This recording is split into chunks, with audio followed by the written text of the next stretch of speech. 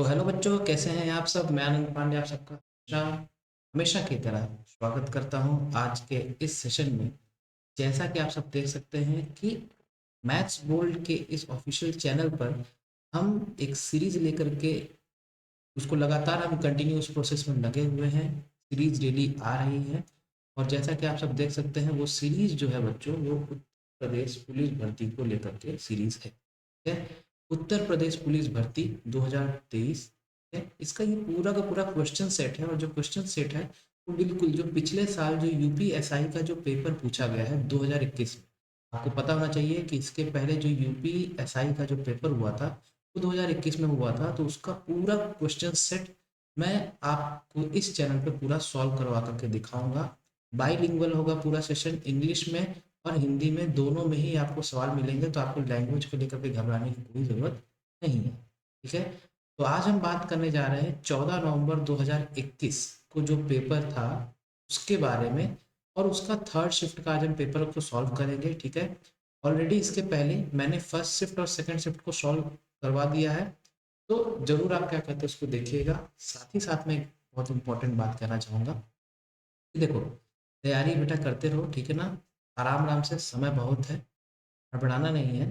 और इसके साथ में ये कहना चाहूँगा कि जो भी बच्चे पहली बार इस चैनल पे विजिट किए हैं बेटा, वो सबसे पहले आंख बंद करके सब्सक्राइब जरूर कर दें। ठीक है, और ज़्यादा से ज़्यादा लोगों को शेयर करना, क्योंकि ये बहुत इंपॉर्टेंट सीरीज है, बहुत अच्छे तरीके से चीज़ों को बताया। ठीक है, पूरा का पूरा प्रैक्टिस सेशन है ना। चलो, सबसे पहला आप सवाल आपके साथ ये रहा, यूपीएसआई 2021 का सवाल हर शिफ्ट का 14 नवंबर का पूछा हुआ आपके साथ।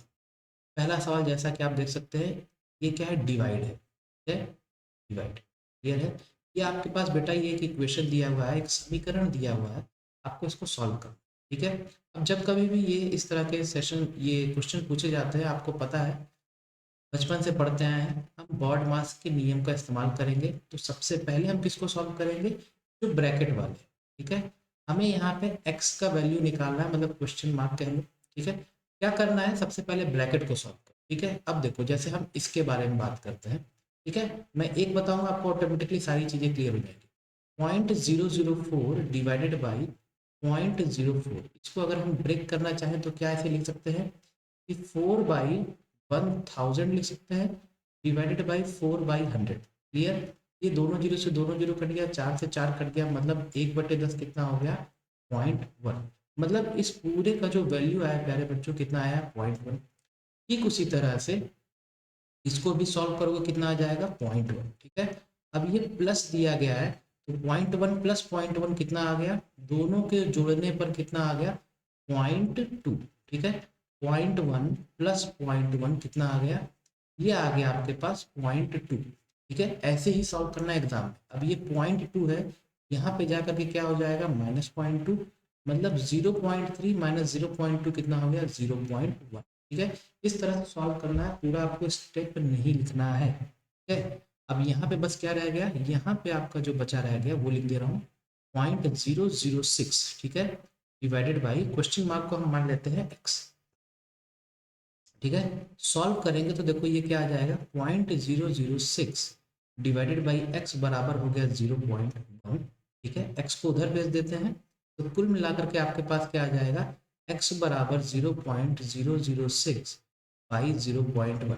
इसको भी आसानी से सॉल्व कर सकते हैं, 6 divided by 1000 divided by 1/10। Zero से जीरो कटा, मतलब 6/100, मतलब 0.06, है ना। इंटरेस्टिंग इसका आंसर क्लियर है। तो अप्रोच कैसे करना है आपको ये बता रहा हूँ, पूरा का पूरा आपको स्टोरी नहीं लिखना है, ये अप्रोच बिल्कुल गलत है। जितना शॉर्ट से शॉर्ट कर सकते हो उतना शॉर्ट करना। बढ़ते हैं अगले सवाल की तरफ, इसका जो आंसर था ऑप्शन क्रमांक सी। अब देखो ये सवाल है आपके पास, सबसे पहले सवाल देख लो वीडियो को पॉज करके अच्छे से, ठीक है ना।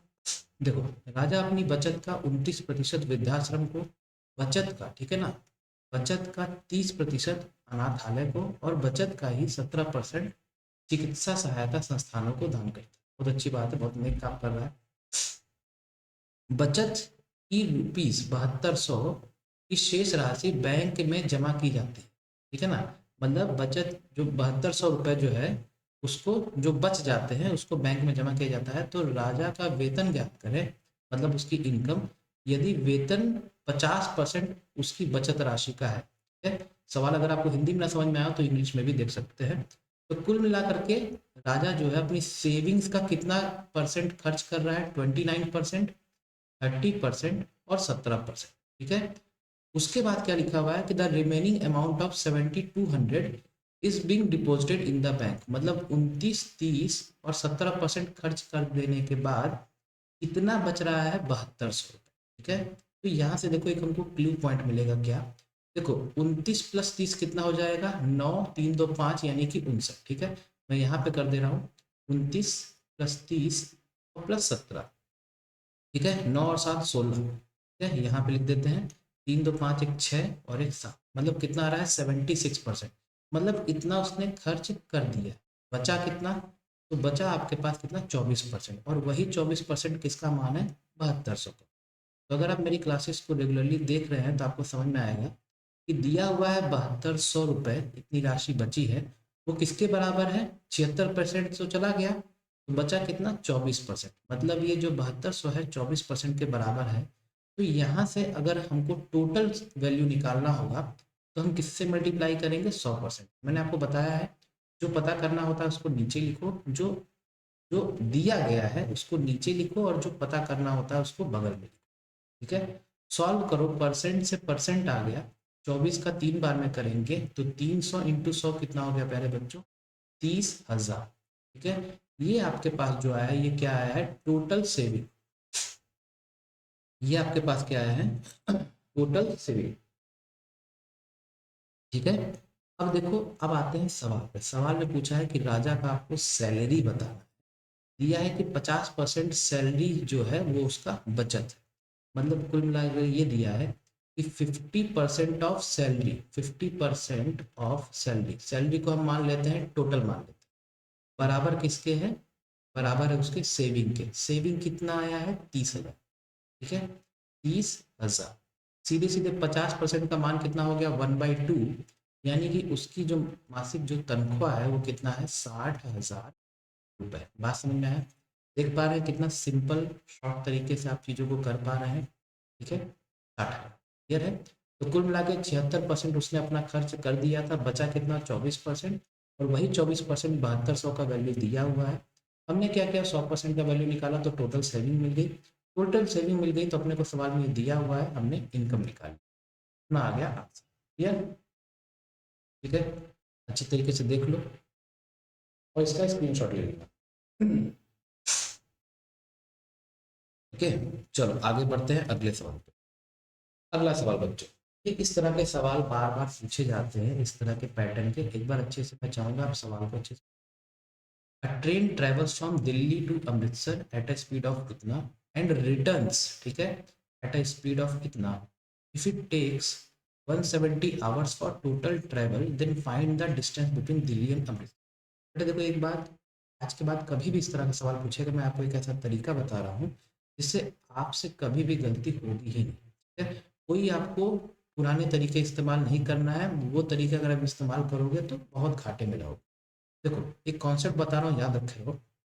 सबसे पहले देखो क्या बोला है कि दिल्ली से अमृतसर, ठीक है, ये हम बोल रहे हैं दिल्ली, और ये मैं बोल रहा हूँ अमृतसर, ठीक है। अच्छे तरीके से बातों को ध्यान से सुनना, बहुत सिंपल सा कॉन्सेप्ट, ठीक। अब देखो दिल्ली से अमृतसर जो जा रहा है वो 84 किलोमीटर पर आवर पे जा रहा है, 84 किलोमीटर प्रति घंटा, एंड रिटर्न्स मतलब वापस अमृतसर से दिल्ली की तरफ आ रहा है कितने पे, 86 किलोमीटर प्रति घंटा, 86 किलोमीटर प्रति घंटा।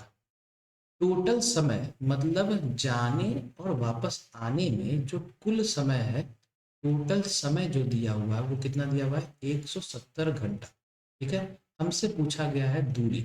तो आप एक चीज बताओ, इतना चीज समझने के बाद जो मैंने आपको बताया, क्या दूरी सेम होगी, ठीक है। दिल्ली और अमृतसर के बीच की जो दूरी है उसी दूरी को तय किया जा रहा है, दूरी में तो कोई चेंज नहीं हो रहा है। तो जब कभी भी ऐसा सवाल पूछा जाए, ठीक है, तो आप डायरेक्ट फॉर्मूला एक नोट कर लो। डायरेक्ट फॉर्मूला ऐसे केसेस में क्या होता है कि टाइम बराबर डी इंटू ब्रैकेट में x1 plus x2 divided by x1 into x2, ये होता है बहुत ही प्यारा सा, शानदार, जानदार, धमाकेदार, ठीक है ना। और ये फॉर्मूला कोई रटने की चीज़ नहीं है। जब मैं आपको पढ़ाऊंगा स्पीड टाइम डिस्टेंस तो ये मैं बताऊंगा, लेकिन फिलहाल के लिए आप इतना याद रखिए क्योंकि ये प्रैक्टिस सेशन, ठीक है। यहाँ पे टी क्या होता है ये जानना ज़्यादा जरूरी है। टी मतलब होता है टोटल टाइम, ठीक है, कुल समय। टी यानी कि क्या हो गया, डिस्टेंस, ठीक है। टी मतलब हो गया डिस्टेंस। और x1 और x2 क्या है बेटा, x1 और x2 है आपका स्पीड, स्पीड यानी कि चाल, ठीक है, जैसा कि आप देख रहे हैं। आप सीधे सीधे इसमें रखो, अपने को क्या पता करना है, डिस्टेंस पता करना है। तो देखो टाइम कितना दिया गया, 170 घंटा, यूनिट पे ध्यान दिए रहना, बराबर डिस्टेंस x1 प्लस x2 यानी कि 84 प्लस 86 डिवाइडेड बाई 84 इंटू 86। पूरा सवाल देख लो कितना छोटा सा प्यारा सा हो गया, ठीक है। अब देखो 84 प्लस 86 करोगे तो कितना आएगा, देखो यहाँ पे मैं सॉल्व करके बता रहा हूँ। 170 बराबर डी इंटू 84 प्लस 86 करोगे तो आ जाएगा 170, ठीक है, डिवाइडेड बाई 84 इंटू 86। ये 170 से 170 कट गया, 84 इंटू 86 ऊपर चला जाएगा, यानी कि डिस्टेंस बराबर क्या हो जाएगा, 84 इंटू 86। इसको सॉल्व करके देखोगे बच्चों तो आएगा 7224 किलोमीटर। समझ में आ रहा है, तो इसका जो आंसर होगा ऑप्शन नंबर होगा डी, ठीक है। देख रहे हो कि कितने आसानी से, अगर सवाल सॉल्व करना और सवाल कम समय में सॉल्व करना, दोनों में बहुत अंतर है। डिपेंड ये करता है कि आप कौन से अप्रोच रखते हैं, है ना। और जो आपने बचपन से जो तरीके सीखे हैं अगर आप उसको कर रहे हो तो करना छोड़ दो और पीछे रह जाओ, ठीक है। तो ये बहुत इंपॉर्टेंट सटीक तरीका है जो मैं आपको बता रहा हूँ, जिस चीज़ के लिए सीरीज बनाई गई। तो बढ़ते हैं अगले सवाल पे। इसका जो आंसर है प्यारे बच्चों वो है ऑप्शन डी, 7224 किलोमीटर, ठीक है। ये सवाल बहुत प्यारा है, बहुत ही ज़्यादा प्यारा है, देख सकते हो। जो जो सवाल पूछे गए मैं हर एक सवाल करवा रहा हूँ। हाँ, कुछ सवाल जो बहुत ही पिद्दी पिद्दी से है, मतलब कि बिल्कुल में दम नहीं है, मैंने उनको नहीं लिया है क्योंकि वो सवाल बहुत कॉमन से, वो सबसे हो जाएगा, ठीक है। वो सवाल जो बहुत इंपॉर्टेंट है पूछे गए, देखो, उन सभी 3 अंकों की संख्याओं का योगफल ज्ञात कीजिए जिन्हें 6 से विभाजित करने पर शेषफल जो है 4 रहता है, and the sum of all 3 digit numbers that leave a remainder of 4 divided by 6। अब ध्यान से सुनो, जब भी ऐसा सवाल आएगा सबसे पहले जो बच्चों की प्रतिक्रिया होती है वो क्या होता है, देखते ही इसको क्या करते हैं, स्किप करेंगे। देखते ही क्या करेंगे, स्किप करेंगे। मैं ये बोल रहा हूँ कि ऐसी गलती मत करना, ये स्किप नहीं करना है। फालतू का अपना 1 नंबर 2 नंबर क्यों दे रहे हो, ठीक है। कुछ नहीं करना है, ध्यान से सुनो बेटा। हमने बचपन में पढ़ा है कि डिविडेंड बराबर divisor into quotient plus remainder, ये चीज़ हमने पढ़ा है, उसी को अप्लाई करते हैं। हम मान लेते हैं कि जो 3 डिजिट नंबर जिसके बारे में बात हो रहा है वो क्या है, एन के रूप में।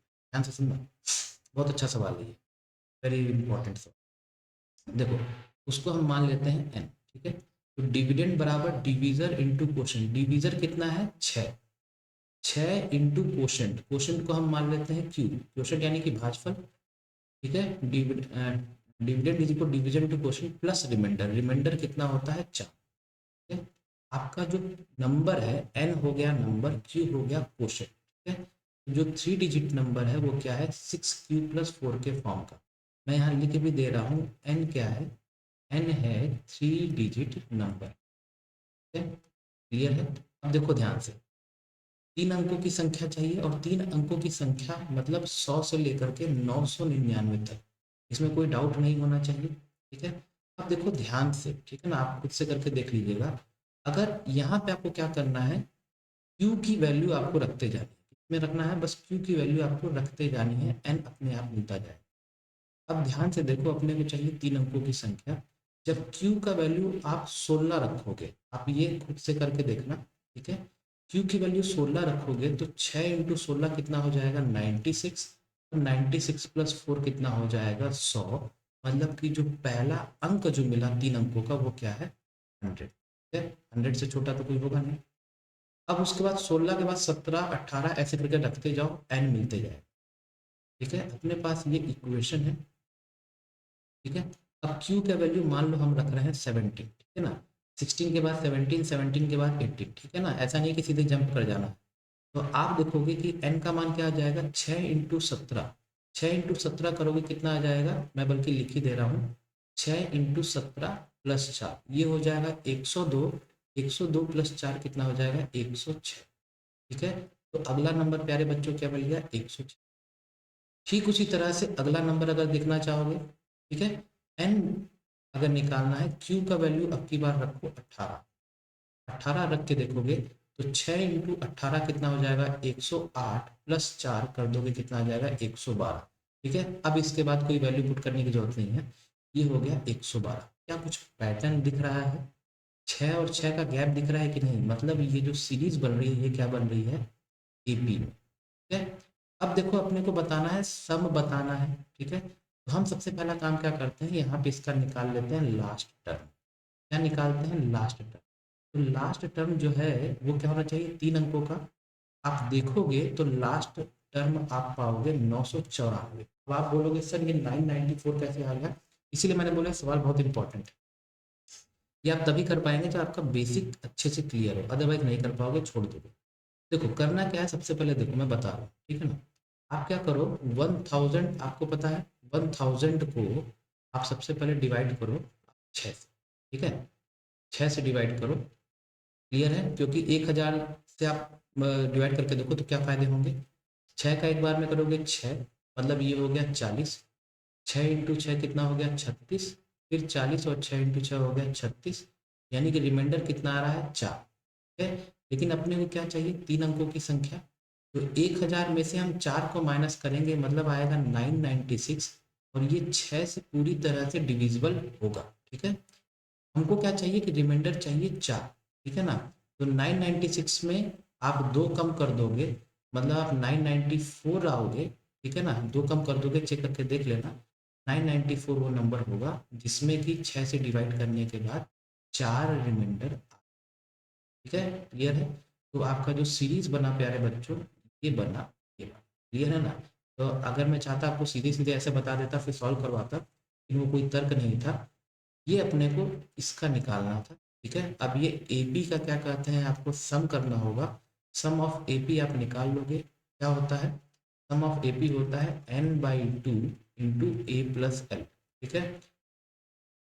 एन कैसे निकालोगे, एन निकालोगे एन एच टर्म को बराबर करके, ठीक है ना। मैं एन निकालना बता दे रहा हूँ, और फिर उसके बाद आपको इसमें सॉल्व करोगे, आपका आंसर सीधे सीधे जो आएगा मैं वो बता देता हूँ, ठीक है? फिलहाल इसको मैं मिटा देता हूँ जो इधर लिखा है, ताकि थोड़ा स्पेस हो जाए, ठीक है? 2 मिनट के लिए रुके रहना बच्चों,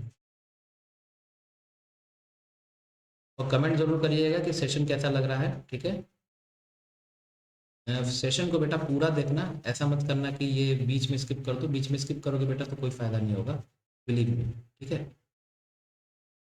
चलो देखो ध्यान से, आपको बता रहा हूँ मैं, ठीक है।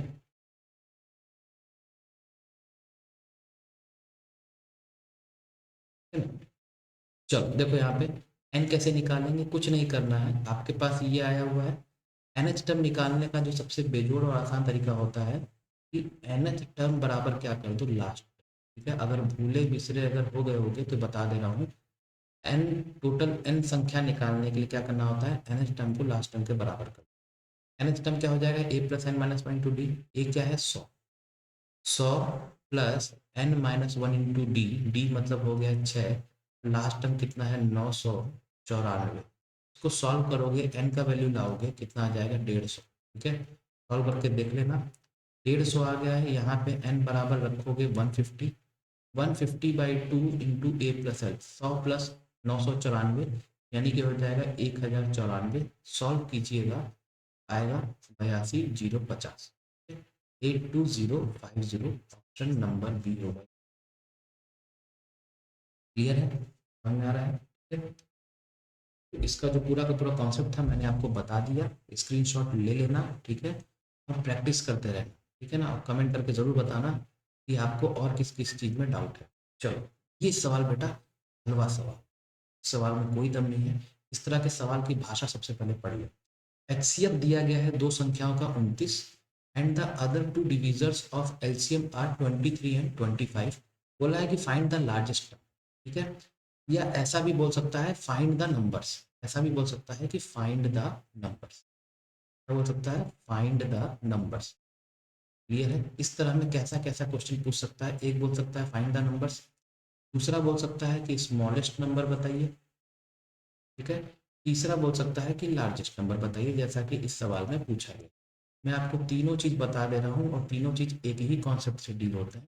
कुछ नहीं करना है, ऐसे सवालों में जब भी दिया रहता है आपको क्या करना है, 29 दिया है एक तरफ और एक तरफ क्या दिया है, 23 और 25, यही ना दिया है, 23 और 25। कुछ नहीं करना है, 29 को बारी बारी मल्टीप्लाई करो। पहला नंबर हो गया, फर्स्ट नंबर क्या हो गया, 29 × 23, ठीक है, और सेकंड नंबर बेटा क्या हो गया, 29 × 25। बस, इसमें और कुछ नहीं करना है। ऑब्वियस सी बात है, स्मॉलेस्ट नंबर ये होगा, सॉल्व करके देख लेना जो भी आएगा। और अपने से पूछा गया है बड़ा नंबर, तो ये होगा, क्यों, क्योंकि 29 को हम यहाँ 25 से मल्टीप्लाई कर रहे हैं, यहाँ 23 से मल्टीप्लाई, ठीक है, तो ये हो गया बिगेस्ट नंबर, है ना, बिग नंबर बिगेस्ट नंबर जो लिखना है लिखना है ना, ठीक है, इसको सॉल्व करोगे तो आ जाएगा 725, ठीक है, ये हो गया इसका आंसर। तो कहने का मतलब ये, कभी भी इस तरह से सवाल पूछा जाए तो जो ये सिंगल नंबर है उसको इन दोनों नंबर से मल्टीप्लाई कर देना है, आपका दोनों का दोनों नंबर आ जाएगा, छोटा पूछे बड़ा पूछे जो भी पूछे आपको बता दे, ठीक है, इसके अलावा इसमें और कोई दिमाग लगाने की जरूरत नहीं, ठीक है। चलो आगे बढ़ते हैं, अगला सवाल आपकी राह देख रहा है, ये सवाल, एक बार सवाल पढ़ लो। Find the remainder when the given number is divisible by is divided by 9, ठीक है, जब इसको 9 से विभाजित करने पर शेष फल पता करना है क्या।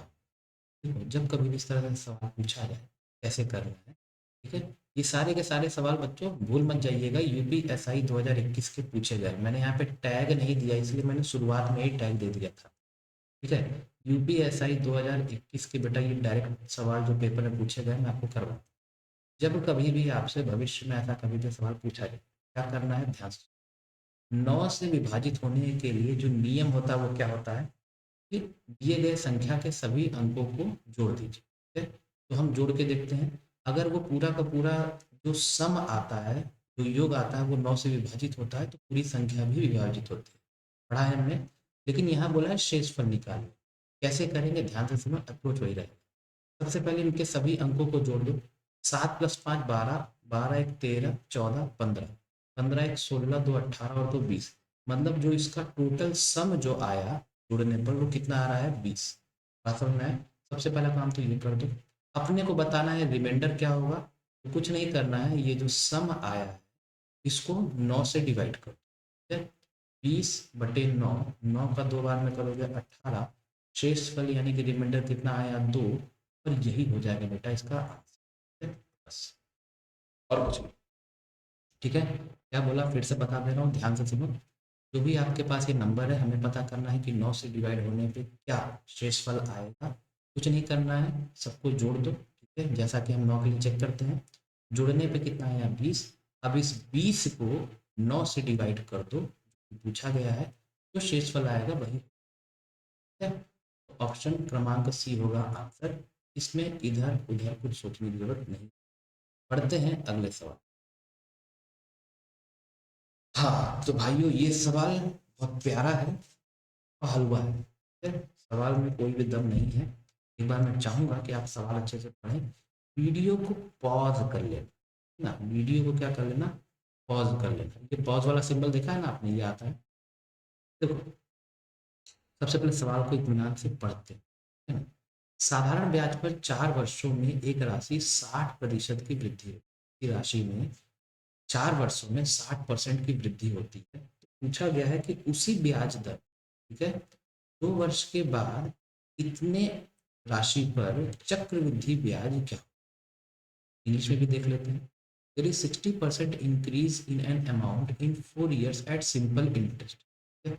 What will be the compound interest on इतना after 2 साल at the same, अब देखो, आपको बेटा सबसे पहले हम इस सवाल को 2 टुकड़े में लेके चलते हैं, बहुत ही सिंपल भाषा में समझाऊंगा, आपको ये पता है कि साधारण ब्याज जो है हर साल सेम होता है, ठीक है, अब देखो 60% बढ़ रहा है 4 साल, इसका मतलब क्या हुआ, बेटा देखना इसका एक लॉजिक समझा, कोई अमाउंट है पी, वो कुछ साल के बाद बन जाता है, इस सवाल को भी भूल जाओ, कुछ साल के बाद बन जाता है मान लो 5p। ठीक है, तो ये होता है प्रिंसिपल। ये जो बन गया इसे हम क्या कहते हैं, अमाउंट। ठीक है, और ये जो बढ़ा मतलब कुल मिला के इनका जो अंतर होता है जो कि कितना आया 4p, इसी को हम क्या कहते हैं, तो हम कहते हैं सिंपल इंटरेस्ट या कंपाउंड इंटरेस्ट, जैसा सवाल पूछा गया है। तो वही बोला है कि 60% का ग्रोथ है 4 साल, मतलब ब्याज आपको दिया गया है सिंपल इंटरेस्ट 4 साल में 60%। बात समझ में आया? ठीक है, तो यही चीज देखो बताना था, इसलिए इसका एग्जाम्पल। अब सुनना ध्यान से। ठीक है, तो कहने का मतलब क्या है प्यारे बच्चों, ध्यान से सुनो। मतलब 4 साल में कितने का ब्याज है, 60% का। ये एसआई के बारे में बात हो रही है। ठीक है, देखना यहाँ पे दिया हुआ है एसआई। तो ब्याज जो होता है हमेशा 1 साल के हिसाब से निकालते हैं। तो 60% अगर 4 साल का है तो 1 साल का बच्चों कितना हो गया, 15%। और ये हमारा क्या आ गया, रेट ऑफ इंटरेस्ट। बात समझ में आ रहा है? तो यहाँ से हमको रेट ऑफ इंटरेस्ट पता चल गया कि 15% जो है वो हमारा रेट ऑफ इंटरेस्ट है, क्योंकि रेट ऑफ इंटरेस्ट हमेशा सालाना के तौर पे निकाला जाता है। ठीक है ना, पर annum देखते हैं, पर annum लिखा रहता है। क्लियर? अब चलो आपको बताना है कंपाउंड इंटरेस्ट कैसे होगा। तो देखो सिंपल सा यहाँ पे लॉजिक है। 46,500 ये क्या है, प्रिंसिपल अमाउंट है। तो 46,500 ये क्या है, प्रिंसिपल अमाउंट। और प्रिंसिपल अपने आप में क्या होता है, 100% का मान होता है। प्रिंसिपल क्या होता है, 100%।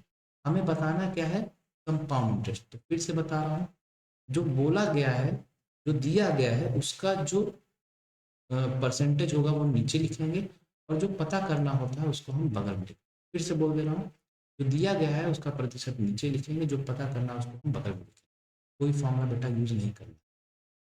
अब देखो 2 साल के लिए 15% का सक्सेसिव क्या होगा। देखो 15%, 15% सक्सेसिव निकालना है, कुछ नहीं करना है।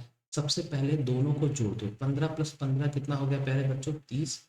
उसके बाद लगा दो पॉइंट, फिर उसके बाद क्या करो, दोनों को गुणा कर दो। 15 × 15 कितना हो गया, 225।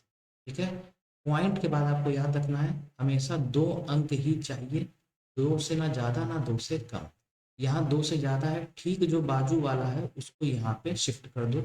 30 + 2 कितना हो जाएगा, 32। यानी कि सक्सेस कितना आ गया प्यारे बच्चों, 32.25%। मतलब कंपाउंड इंटरेस्ट का मान कितना आ गया, 32.25%। ठीक है, हमको उसको वैल्यू में बताना है, तो यहाँ पे लिख दो 32.25%। प्रतिशत से प्रतिशत कटा, डबल जीरो से डबल जीरो कटा, मतलब कुल मिला करके तो 465 × 32.25 करना है। इसको आप सॉल्व करके देखिएगा। ठीक है, ये कैलकुलेशन पार्ट है तो भाई खुद करना है। तो इसका जो आंसर आएगा वो आएगा 14,996.2। आप देख सकते हैं कि क्या मैंने कहीं भी बहुत ही लेंदी सा कुछ लिखा है, कुछ नहीं लिखा। ठीक है, ये पूरा का पूरा बेटा इस चीज़ पे डील करता है कि आपने कॉन्सेप्ट को कितना अच्छे तरीके से समझा है, कितना अच्छे तरीके से जाना है, पढ़ा। ठीक है, अगर इसके बावजूद भी अगर आपको डाउट होगा मुझे ज़रूर मेंशन करिएगा, मुझे बहुत खुशी होगी आपको बता। ठीक है, तो इसका जो आंसर है 14,996 दशमलव। ठीक है, आगे बढ़ते हैं। ये सवाल बहुत प्यारा, बहुत ही ज़्यादा प्यारा सवाल है। पार्टनरशिप साझेदारी का सवाल है, कैसे करना है ध्यान से सुनो। मैंने बोला ना इसका कंटेंट आपको ऐसे मिलेंगे जो कि क्या करते हैं, आपका मन खुश कर देंगे। Practice purpose, X and Y and Z they enter into a partnership. X contribute 1/3 of the whole capital, है ना, मतलब पूरे कैपिटल का X 1/3 देता है। And Y contribute as much as X and Z together contribute. कहने का मतलब X, Y और Z तीन लोग साझेदारी करते हैं। X कुल राशि का 1/3 देता है, और Y जो है वो उतनी राशि देता है जो कि X और Z को मिलाकर के जितनी बनती है। बोला है कि the profit at the end of the year is इतना, how much would Z receive, मतलब टोटल प्रॉफिट दिया 93,000, तो जेड को कितना मिलेगा। अब सुन ध्यान से कैसे करना है, सुनो।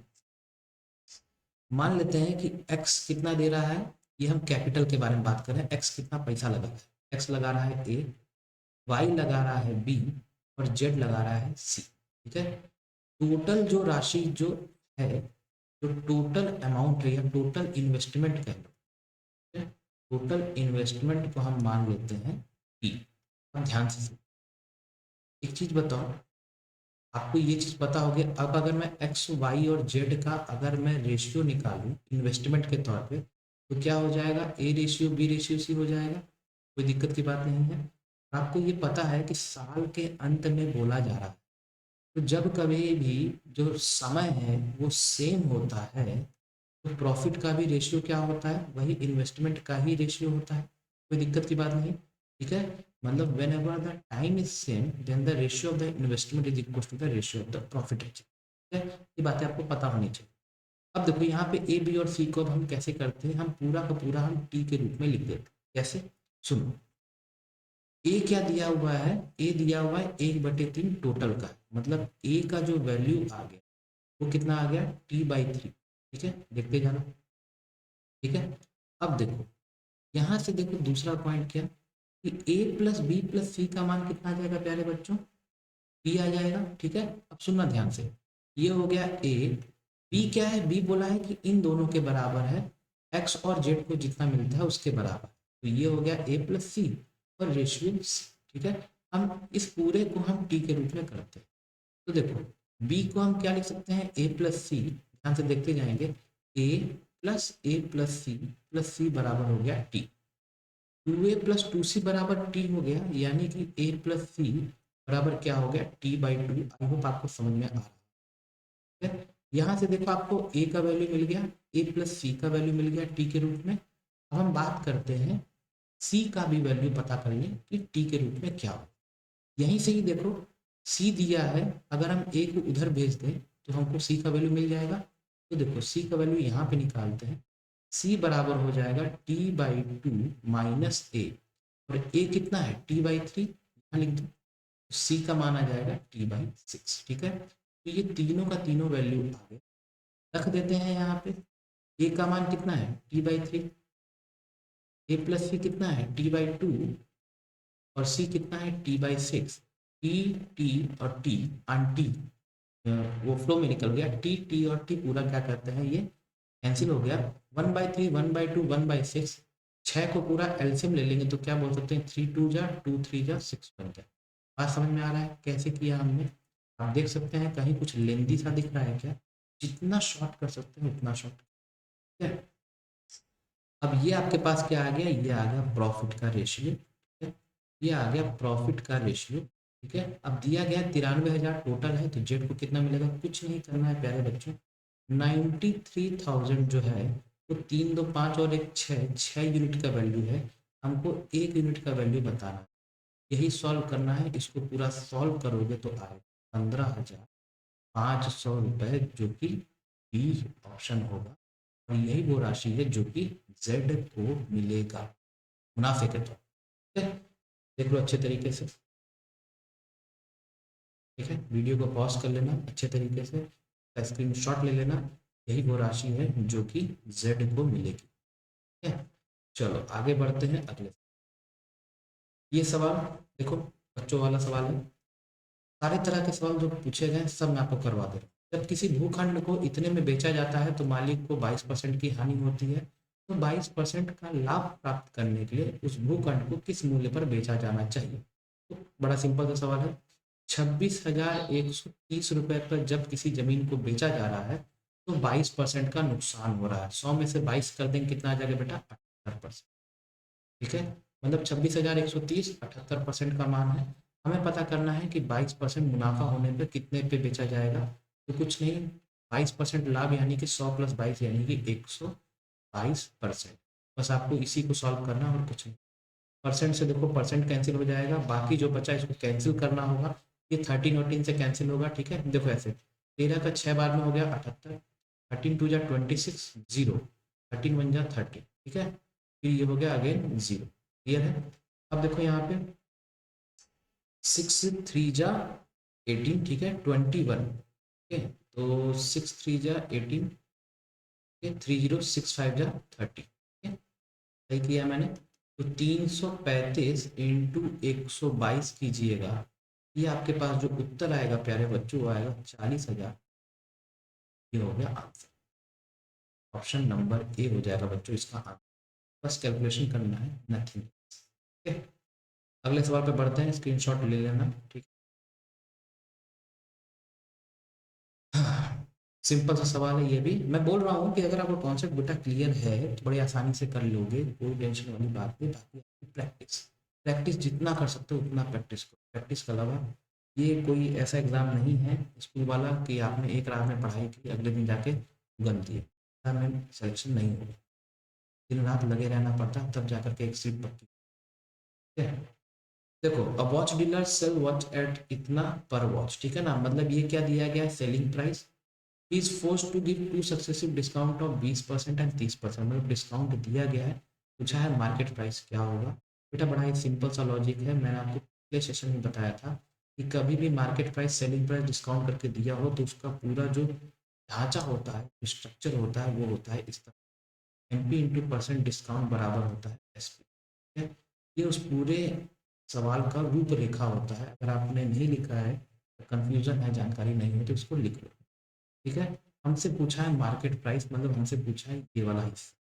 कुछ नहीं करना है, ध्यान से देखो, मार्केट प्राइस इंटू डिस्काउंट हो रहा है 20% का, टोटल जो होता है क्या मानते हैं 100%, 20% की कमी हो रही थी, 100 में से 20 कर दिए कितना हो गया 80।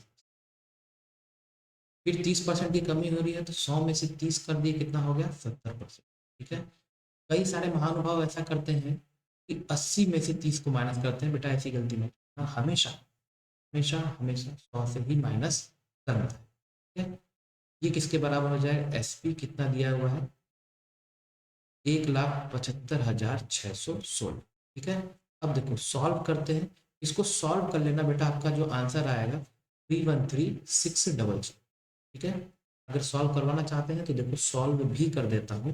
ठीक है, एम पी बराबर क्या हो जाएगा, देखो परसेंट मतलब क्या हो जाएगा डिवाइडेड बाई 100, ये डबल जीरो से डबल जीरो कैंसिल हो गया, तो कुल मिलाकर के एम पी बराबर हो गया 165,616 डिवाइडेड बाई 8 × 7, और परसेंट यानी कि कितना हो जाएगा, परसेंट यानी कि इंटू कर देंगे। ठीक है, इसको सॉल्व करिएगा, आपके पास 3,13,600 आएगा।